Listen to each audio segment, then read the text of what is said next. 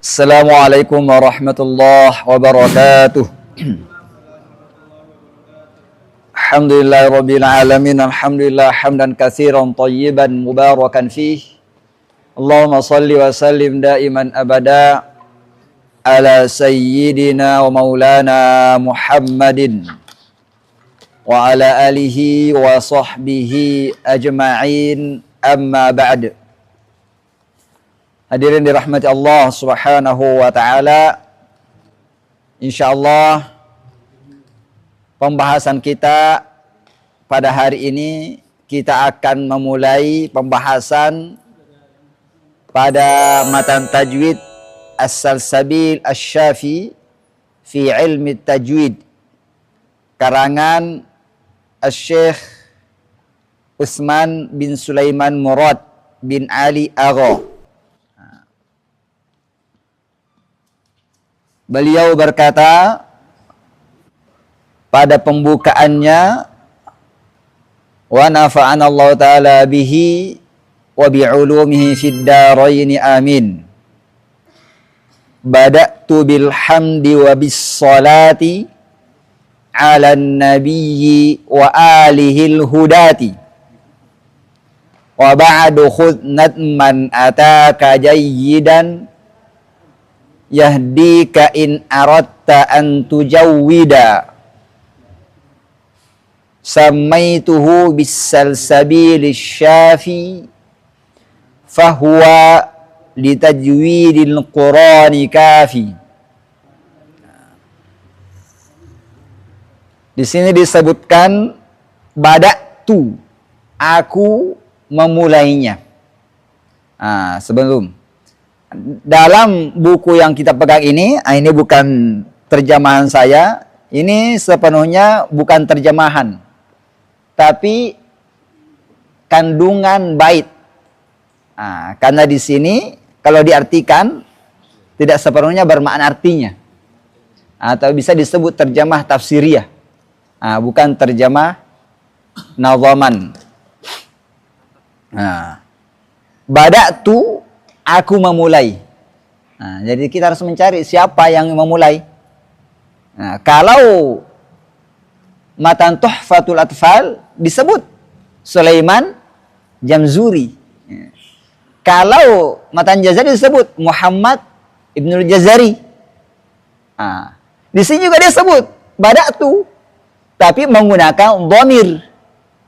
Dhamir di sini pengganti orang. Karena dhamir itu ada dhamir ghaib, bada'a, berarti ada yang memulai. Bada'a, bada'u. Ada yang memulai. Berarti itu dhamir ghaib. Di sini pakai dhamir mutakallim. Dhamir yang menunjukkan kepada pembicara. Bada'tu, aku memulai. Siapa yang akunya ini kita terus cari. Ternyata yang akunya ini bernama Asy-Syaikh Sulaiman bin Sulaiman Asy-Syaikh Utsman bin Sulaiman Murad Ali Agha. Beliau dilahirkan di kampung yang bernama Malawi. Tahun 1316 Hijriah, bertepatan dengan tahun 1898 Masehi. Daripada orang tua yang berkebangsaan Turki, di mana bapaknya ini merupakan komandan orang-orang Turki yang berada di Mesir. Yang berada daerah Mesir. Daerah Sa'id bagian utara. Ada kampung namanya Sa'id. Dia berada menjadi komandan di bagian apanya? Utaranya. Jadi komandan pasukan, anaknya juga bisa menjadi ulama. Jadi ulama itu nggak harus diwariskan daripada bapak. Nah, ini komandan, pemimpin pasukan, anaknya menjadi ulama. Nah, jadi bisa saja orang biasa, anaknya menjadi ulama. Nah, yang penting belajar dengan baik. Nah, kemudian dia menghafal Al-Quran pada waktu masih kecil. Setelah ia dewasa, ia masuk ke perguruan tinggi Universitas Al-Azhar. Nah, jadi selesai di Al-Azhar, ia diangkat menjadi muqri. Nah, artinya pengajar di Masjid As-Sultan Abil Ala, letaknya juga di Mesir. Nah, pengajar Asy-Syekhul Muqri. Berarti beliau berkebangsaan Turki asalnya, kemudian lahir dan besar di Mesir, lulus Al-Azhar. Al-Azhar itu dia adalah akidahnya Asy'ari, kemudian fikihnya mengakui 4 mazhab, karena di Azhar itu diajarkan 4 mazhab sesuai dengan daerah masing-masing. Kalau Indonesia bagian selatan, itu masuknya Syafi'i, karena kita pelajari Fathul Mu'in, pengarangnya dari mana? India bagian selatan. Nah, itu mazhabnya Syafi'i.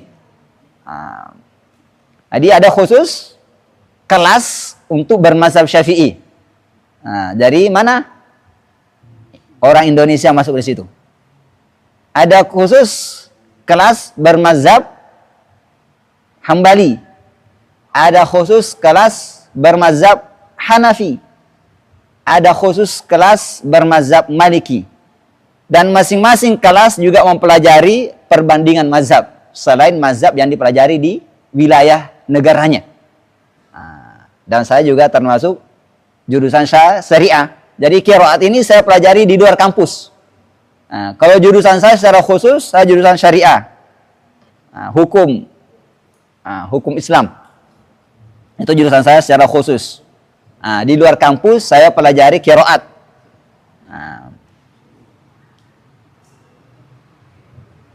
Baik, beliau mengajarkan Al-Quran bertahun-tahun sejak ditetapkan menjadi pengajar hingga wafat. Dan di antara muridnya Syekh Dr. Abdul Aziz. Syekh Dr. Abdul Aziz ini adalah guru saya. Namanya Syekh Nabil bin Muhammad bin Ali bin Ahmad. Saya berguru kepada Syekh Nabil ini. Baik, jadi itu ketersambungan perguruan.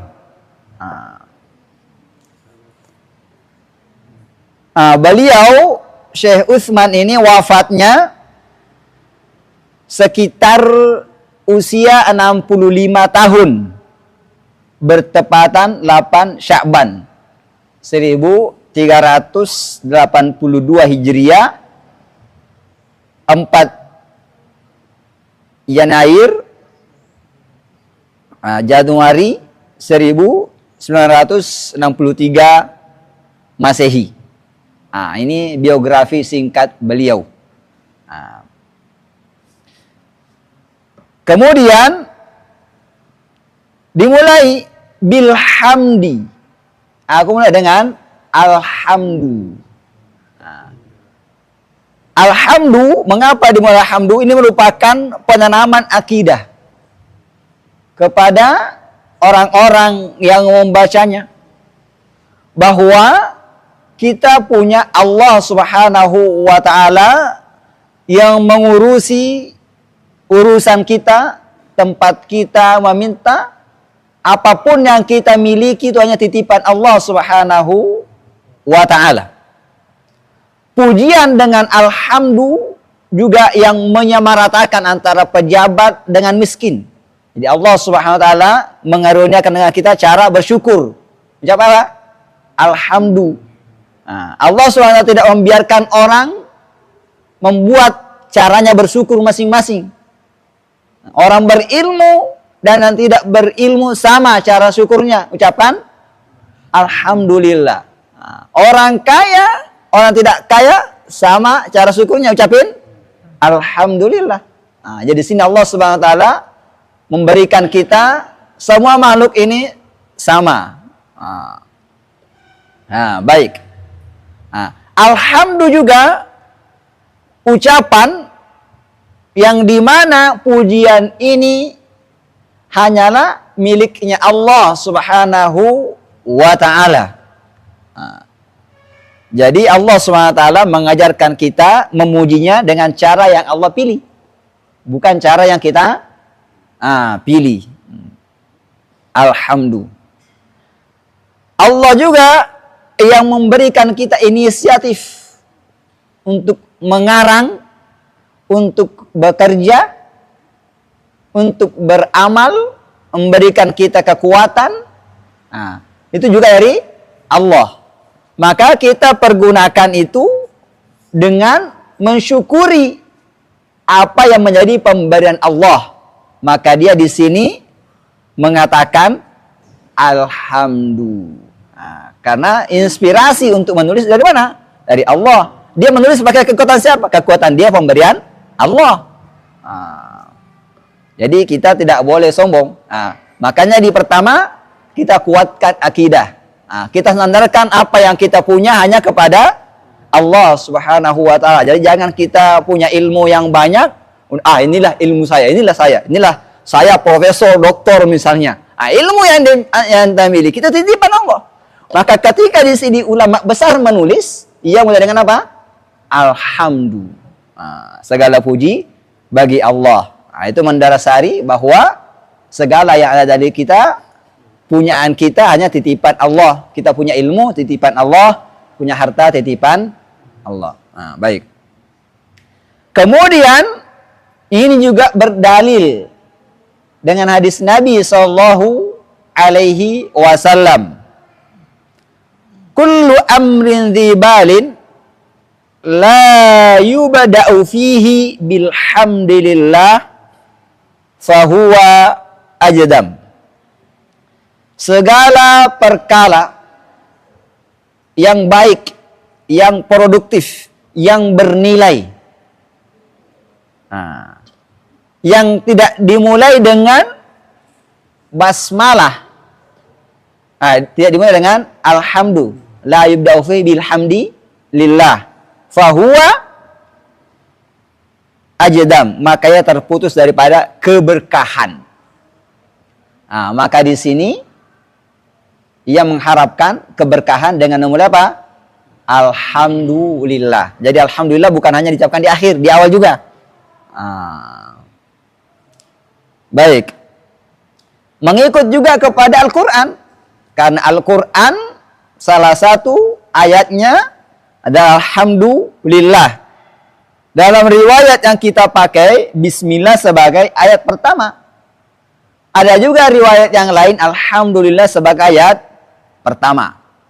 Jadi ini mengikut kepada Al-Quran yang dimulai dengan kata alhamdulillah. Baik. Kemudian wabis salati ala nabiyyi wa alihil hudati.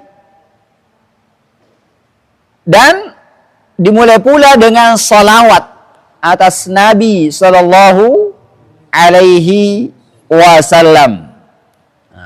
Ini kan perintah Allah Subhanahu Wa Taala untuk bersalawat. Apa perintahnya?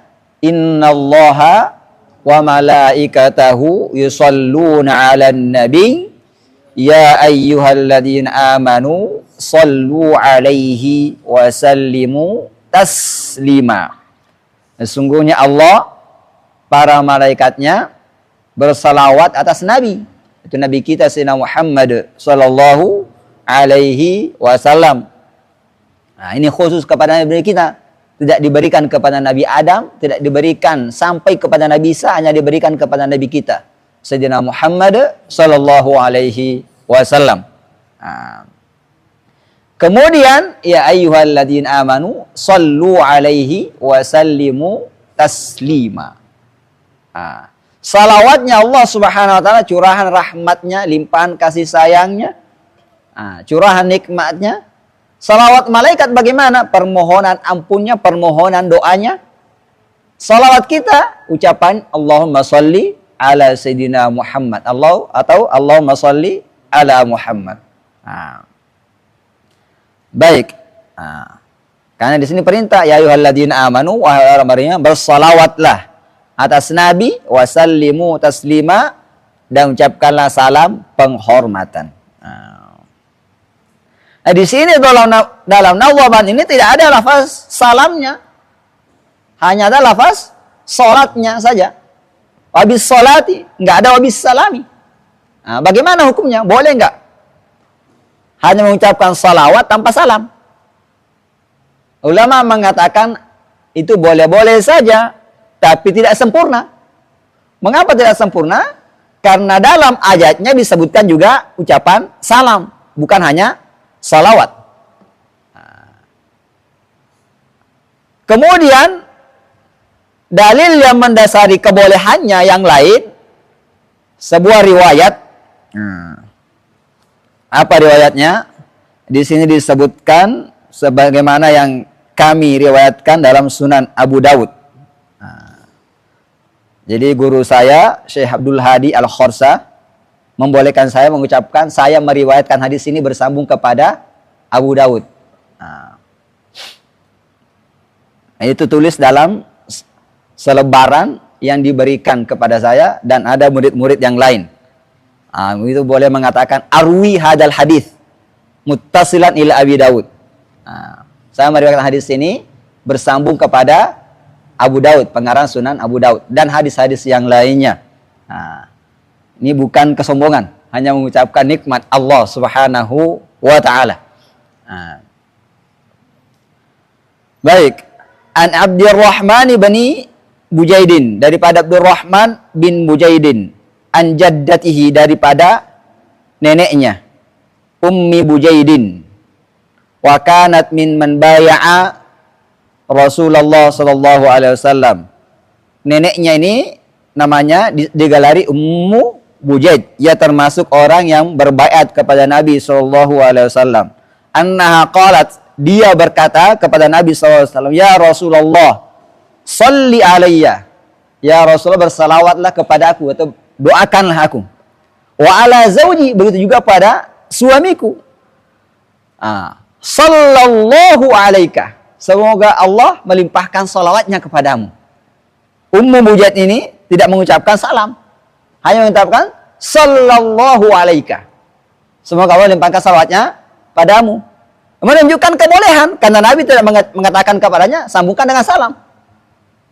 Dan dia mengatakan di hadapan Nabi SAW, berarti menunjukkan bahwa bolehnya hanya mengucapkan salam saja, tapi tidak sempurna kalau tidak ada salamnya. Tapi kalau kebolehan boleh-boleh saja. Di situ disebutkan faqala, maka Nabi berkata sallallahu alaika wa ala zaujik, semoga Allah melimpahkan salawat kepadamu dan suami kamu. Baik. Kemudian wa alihi, dan keluarganya. Keluarga di sini bisa kata al di sini bisa bermakna ahlun, keluarga. Bisa juga bermakna sahabat. Bisa juga bermakna atba', pengikut. Nanti kita jelaskan argumentasinya masing-masing.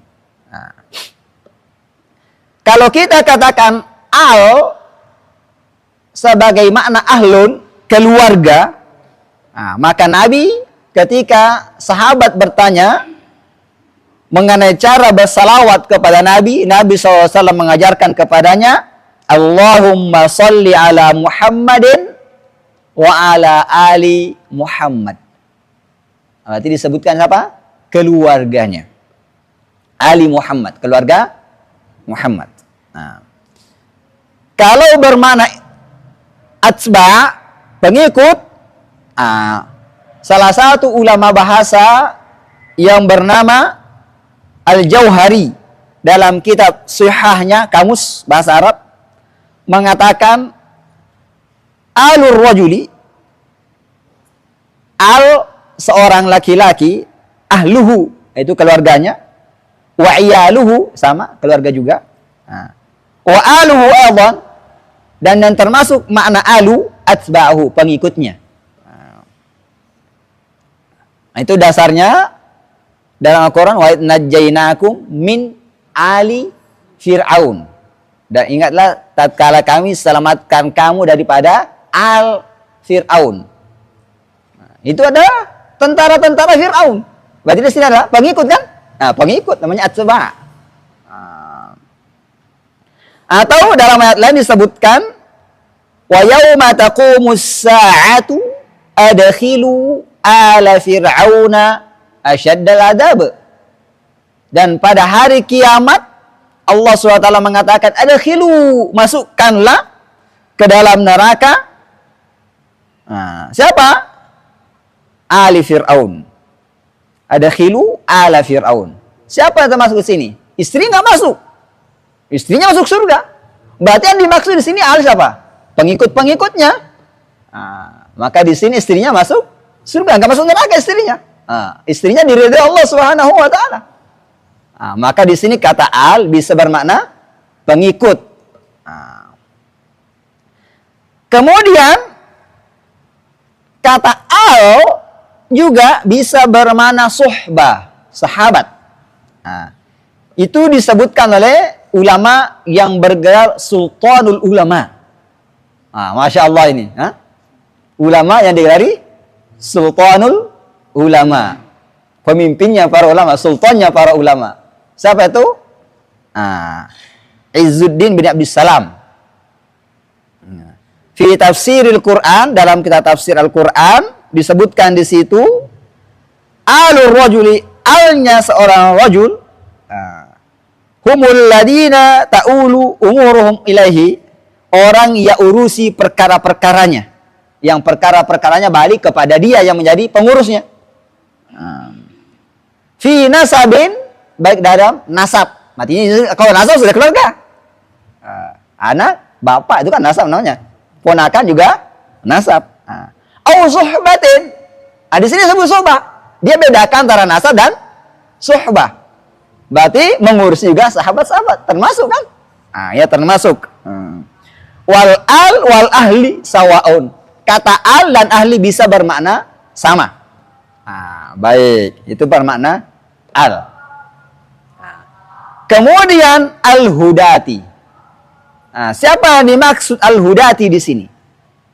Al-hudati di sini adalah yang beri petunjuk. Kita bisa sifati Nabi SAW di sini alan nabi al-hudati, bersalawat atas Nabi yang memberi petunjuk. Apa dalilnya? Itu disebutkan dalam Al-Quran, wa innaka latahdi ila siratim mustaqim. Dan sesungguhnya engkau Muhammad benar-benar membawa petunjuk kepada jalan yang lurus. Berarti kita nggak boleh ragu pada syariat yang dibawa oleh Nabi kita Sayyidina Muhammad sallallahu alaihi wasallam. Karena itu sudah dijamin oleh Allah Subhanahu wa taala, apa yang dibawa oleh Nabi benar-benar menjadi petunjuk kepada jalan kebenaran.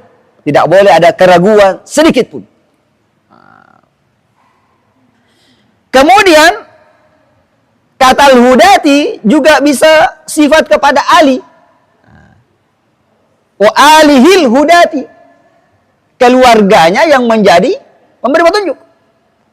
Al yang menjadi petunjuk. Ini kan sifat mausuf. Alihi al-hudati. Kalau dhamirnya di sini bisa mengganti al, wa alihil hudati. Berarti kalau kita maknakan al disifat dengan al-hudati, bisa kembali kepada siapa? Sahabat. Bisa kembali kepada pengikut. Bisa kembali kepada keluarga. Sebagaimana tadi kita sebutkan bahwa al itu bisa bermakna keluarga, bisa bermakna pengikut, bisa bermakna sahabat. Ada dalilnya? Ada. Santai dulu. Baik. Yang pertama, dalil kepada al, kalau kita maknakan ahlu bait, keluarga Nabi SAW itu bisa mau petunjuk. Rawahu Tirmidzi, kami riwayatkan dengan sanad bersambung kepada Imam At-Tirmidzi radhiyallahu taala anhu, an Zaid bin Arqam, dari sahabat Zaid bin Arqam qala, berkata, qala Rasulullah sallallahu alaihi wasallam, Nabi SAW bersabda, inni taraktu fikum ma in tamassaktum bihi lan tadillu ba'di. Sungguhnya aku meninggalkan kepada kalian, apabila kalian berpegang teguh kepada apa yang aku tinggalkan ini, kalian tidak akan pernah sesat setelah aku. Ahaduhuma a'zamu minal akhar. Salah satunya lebih besar daripada yang lainnya. Apa itu?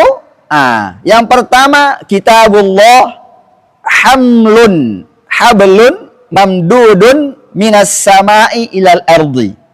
Kitab Allah merupakan tali yang terjulur dari langit ke bumi. Apa itu kitab Allah? Al-Quran. Ini yang disebut adalah Al-Quran. Kita berpegang teguh kepada Al-Quran, tidak akan sesat, insyaAllah. Apa yang kedua? Disebutkan yang kedua, wa itrati ahli baiti. Keluargaku ahli baiti. Ahli baiti di sini ada penguat. Keturunanku ahli baiti. Keluargaku ahli baiti. Karena disebut dengan rumahnya juga. Berarti anak-anak keturunannya. Ini menunjukkan bahwa keluarga Nabi SAW juga bisa memberi petunjuk dengan berdasarkan hadis ini. Baik, itu keluarga. Berikutnya sahabat. Bisa juga petunjuk? Iya, bisa. Sahabat juga membawa petunjuk. Apa dalilnya? Disebutkan dengan hadis yang kami riwayatkan bersambung kepada Imam Ahmad dan Abu Dawud. Nabi SAW bersabda, fa'alaikum bisunnati wa sunnatil khulafa'ir rasyidin al-mahdiyina. Berpegang teguhlah kepada sunnahku. Petunjuk Nabi SAW. Wa sunnatil khulafa'ir rasyidin al-mahdiyyin. Dan sunnah al-khulafa ar-rasyidin. Khulafa ar-rasyidin. Al-mahdiyyin. Yang terpetunjuki. Tamassaku biha. Berpegang teguhlah kepadanya. Wa'addu 'alaiha bin nawajiw. Wa'addu 'alaiha, gigitlah dengan gigi geraham. Artinya di sini penguat bahwa kalau kita berpedoman kepada apa yang dibawa khulafaur rasyidin, artinya sahabat di sini kan sahabat Nabi kan? Maka kita sudah insyaallah berada dalam ajaran yang lurus. Ajaran yang benar. Bagaimana kalau kita maknai al di sini dengan umat Nabi SAW? Ya bisa juga. Apa dalilnya? Tunggu dulu. Kita buka dulu. Baik. Disebutkan Nabi SAW bersabda, fawallahi la'ayyahdiyallahu bika rajulan khairul laka min ayyakuna laka humrun na'ami. Artinya, maka demi Allah, Allah memberikan petunjuk seseorang melalui diri kamu, itu lebih baik bagimu daripada humrun na'ami, unta merah. Unta merah di sini mengapa disebut unta merah? Karena unta merah di zaman Nabi SAW kendaraan yang paling mahal. Yang paling mahal, yang dimiliki oleh orang kaya. Kalau apa kira-kira kendaraan paling mahal di zaman kita ini? Baik. Itu tergantung ya. Kalau kita samakan kendaraan mahal zaman itu adalah unta merah, kepemilikan yang paling bagus. Maka di sini Nabi SAW mengatakan, melalui kita Allah memberikan petunjuk kepada orang. Melalui siapa? Bisa menjadi ulama. Karena ulama itu merupakan apa? Pewaris Nabi Sallallahu Alaihi Wasallam. Ulama'u warasatul anbiya. Maka balik ke situ. Maka itu masuk umatnya apa? Umat Nabi Sallallahu Alaihi Wasallam. Jadi umat Nabi Sallallahu Alaihi Wasallam juga membawa petunjuk. Dan berdasarkan apa? Hadis ini. Baik. Ini habis pemaknaan bait pertama. Sudah setengah jam, nggak apa-apa lebih ya.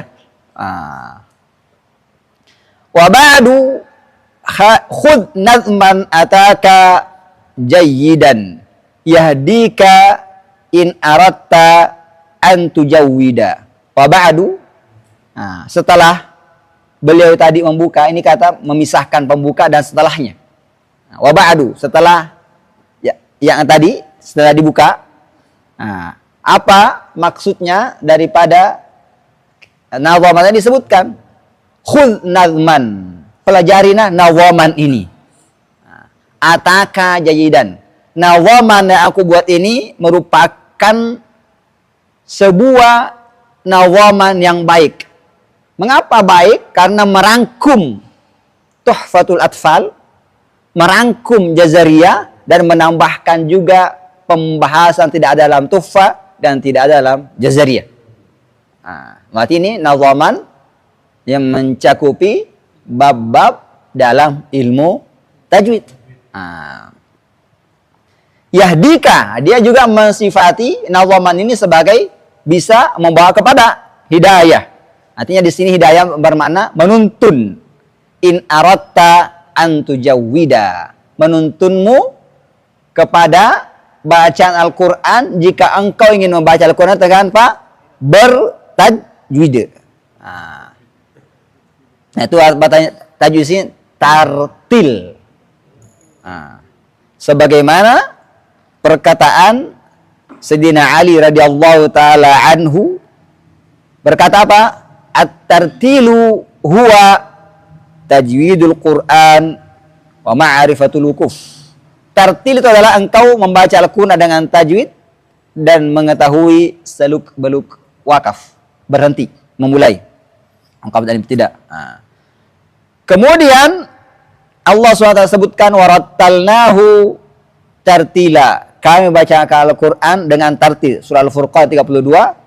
Bukan hanya itu, Allah SWT merintahkan untuk membaca Al-Quran dengan tartil. Warattil Qur'ana tartila, dan baca Al-Quran dengan tartil. Surah Al-Muzammil ayat 4. Kemudian dalam hadis Nabi SAW disebutkan, innallaha yuhibbu ayyuqra al-Quran kama unzil. Sesungguhnya Allah SWT mencintai membaca Al-Quran itu sebagaimana Al-Quran itu diturunkan. Bagaimana diturunkan? Disebutkan dalam hadis riwayat an Ummi Salamata radhiyallahu taala anha berkata, annaha na'atat qira'ata Rasulullah sallallahu alaihi wasallam. Beliau mensifati tata cara bacaan Nabi sallallahu alaihi wasallam. Beliau mengatakan apa? Mufassaratan harfan, memperjelas huruf demi huruf, baik makhrajnya, sifatnya, panjang-panjangnya, dengung-dengungnya, itu semuanya jelas. Sifat lazimah maupun sifat tidak lazimah. Sifat yang berlawanan maupun sifat yang tidak berlawanan, nanti kita bahas itu. Baik. Kemudian samaituhu bisalsabil syafi fahuwa litajwidil Qurani kafi. Aku namakan nazaman ini dengan nama as-salsabil asy-syafi. As-salsabil ini disifati di sini asy-syafi, penyembuh, penyegar. Artinya apa itu as-salsabil? Salsabil ini merupakan salah satu nama mata air dalam surga. Disebutkan dalam Al-Quran, firman Allah Subhanahu wa taala surah Al-Insan 18, ainan fiha tusamma salsabila. Ain, mata air, dinamakan salsabil. Jadi di sini disebutkan nazaman ini diserupakan dengan as-salsabil, mata air dalam surga. Artinya, kalau kita memahami nazaman ini dengan baik, menerapkan dalam bacaan, itu menjadi penyegar kita dalam membaca Al-Quran. Sebagaimana air surga menyegarkan badan kita. Namanya tashbih. Dalam ilmu balaghah. Kemudian fahuwa litajwidil Qur'ani kafi. Nah, maka nazaman ini cukup untuk mengandung seluruh bab-bab ilmu tajwid. Nah, di sini disebutkan kafi. Artinya Anda tidak usah mempelajari yang lain setelah mempelajari yang ini. Yang ini bab nazaman ini karena mencakupi seluruhnya. Baik. Kemudian bab keempat doanya beliau. Famunna bil qabuli ya Allah. Wanfa' bihi jami'a man talahu. Famunna ya Allah, karuniakanlah bil qabul, dengan penerimaan. Artinya beliau berdoa kepada Allah Subhanahu wa taala, semoga apa yang ia buat ini diterima oleh Allah Subhanahu wa taala. Sama ketika Sayyidina Ibrahim salawatullahi wa ala nabiyyina Muhammadin sallallahu alaihi wasallam setelah membangun Ka'bah, beliau berdoa, Rabbana taqabbal minna innaka antas sami'ul alim. Rabbana, ya Tuhan kami, taqabbal minna, terimalah dari pekerjaan apa yang telah kami kerjakan. Itu membangun Ka'bah. Innaka antas sami'ul alim. Sesungguhnya engkau maha mendengar lagi maha mengetahui. Maka di sini famunna bil qabuli ya Allah. Maka ya Allah, karuniakanlah dengan engkau menerima amalan ini, termasuk amal yang baik. Wanfa' bihi jami'a man talahu. Doa berikutnya yang kedua, jadikanlah nazaman ini bermanfaat bagi semua orang yang membacanya.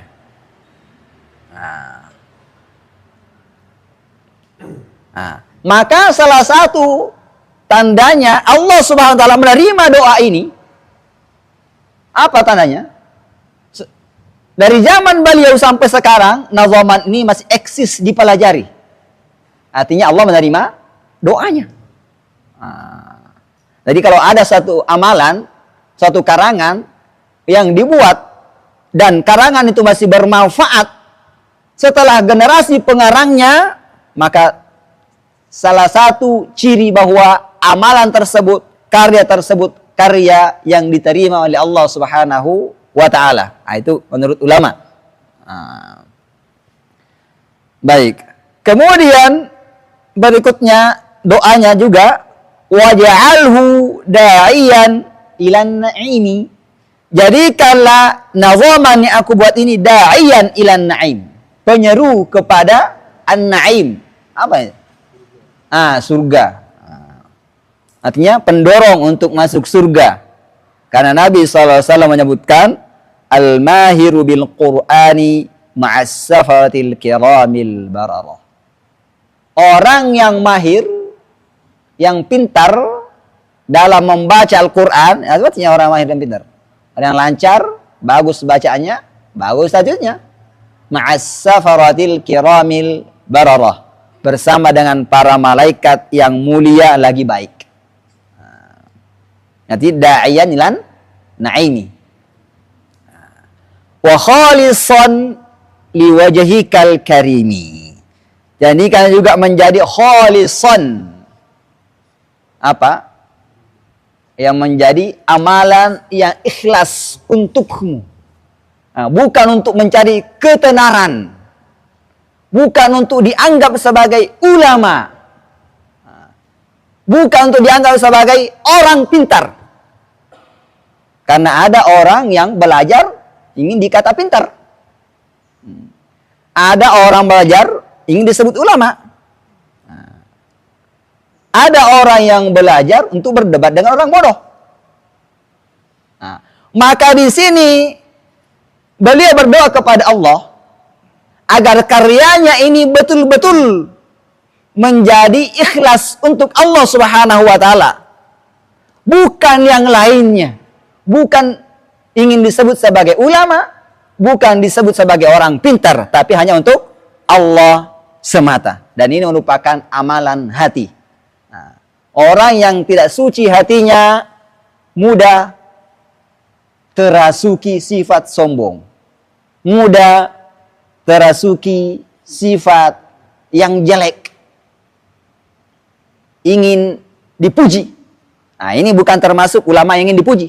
Mengapa? Karena dia dengan karyanya itu minta kepada Allah, berdoa agar nazaman ini, karyanya ini khusus untuk menjadi apa?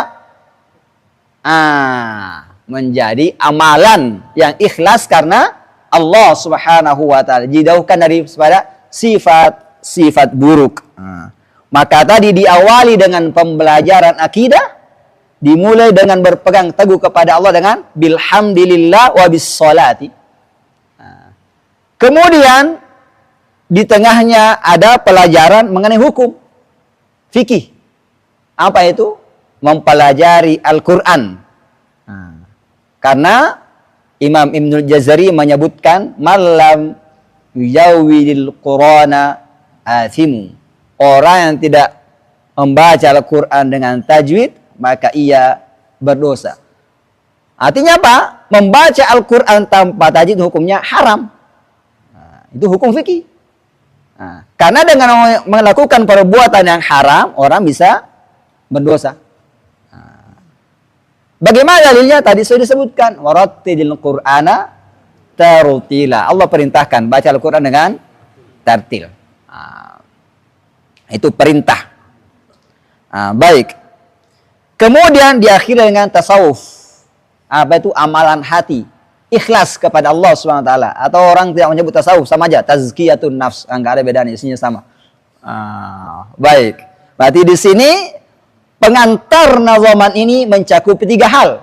Dari segi keyakinan, akidah, dari segi fikih, hukum tajwid, dari segi tasawuf atau tazkiyatun nafs, keikhlasan kepada Allah Subhanahu wa taala. Sekian pembahasan saya. Kalau ada pertanyaan silahkan ditanyakan.